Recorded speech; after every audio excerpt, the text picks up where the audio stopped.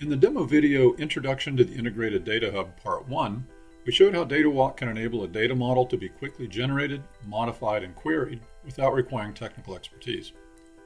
We will now resume that demo, and we'll next demonstrate DataWalk's powerful pivots capability. While with traditional systems it may take an extended period of time to define and create OLAP cubes, in DataWalk it is simple to instantly generate and change any desired pivot we want. For example, we'll create a new report that we'll call Transaction Analysis. We can choose any measures and dimensions as desired, and in this case we'll choose the average amounts and sum amounts against type of transaction and category. We save this analysis and now run this analysis. And the results are shown in a set of drill-down charts with one chart for each dimension.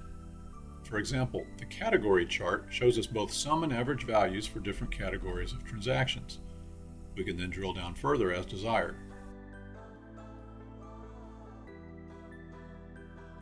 We can also visualize pivots as a table, where again we can select any desired dimensions and measures. And if desired, this table can be exported to Excel. DataWalk pivots are highly scalable and enable interactive calculations on billions of records. Next, we will demonstrate DataWalk flows analysis. This is very useful to analyze things like flow of money through a network or flows of goods through a supply chain. We'll set up a new flow analysis where we specify that we want to see flows of transactions between accounts, specifically flows from remitters to beneficiaries, where the width of the arrow is driven by the value of the transactions. As DataWalk flows can utilize time series analysis, we also specify the granularity of the time slices. We save this, and we instantly see how money has flowed between accounts. In this case, we see money being funneled through a network of accounts and ultimately into the account of a WAPO exchange. Note that unlike alternative tools, DataWalk can instantly visualize flows for billions of records. If the data includes geocodes, then we can visualize flows on a map to see how flows are moving across geographic locations. In this case, we see that the funds in this network are ultimately flowing to an account in Mexico. DataWalk also provides the capability to search the system. In many cases, this is a significant step forward, as previously searches could not be done across siloed data.